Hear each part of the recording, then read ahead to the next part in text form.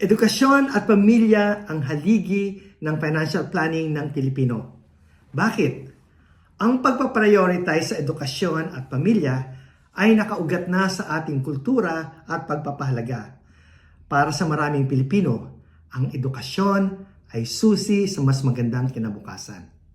Madalas na inuuna ng mga magulang at maging ng mga kamag-anak ang pag-iipon para sa pagpapaaral dahil nakikita nila ito bilang isang pamumuhunan na maaring mag-angat ng buong pamilya.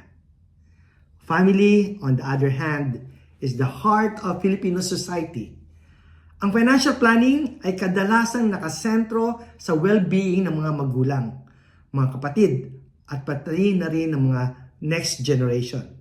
Mula sa pagpapatayo ng bahay, pagnenegosyo, hanggang sa pag-iipon para sa mga emergency, laging kasama ang pamilya sa plano. Kaya ang edukasyon at pamilya ang nananatiling mga haligi ng Filipino financial planning na sumasalamin sa ating mga values at pagmamahal, pananagutan at pag-iingat sa hinaharap.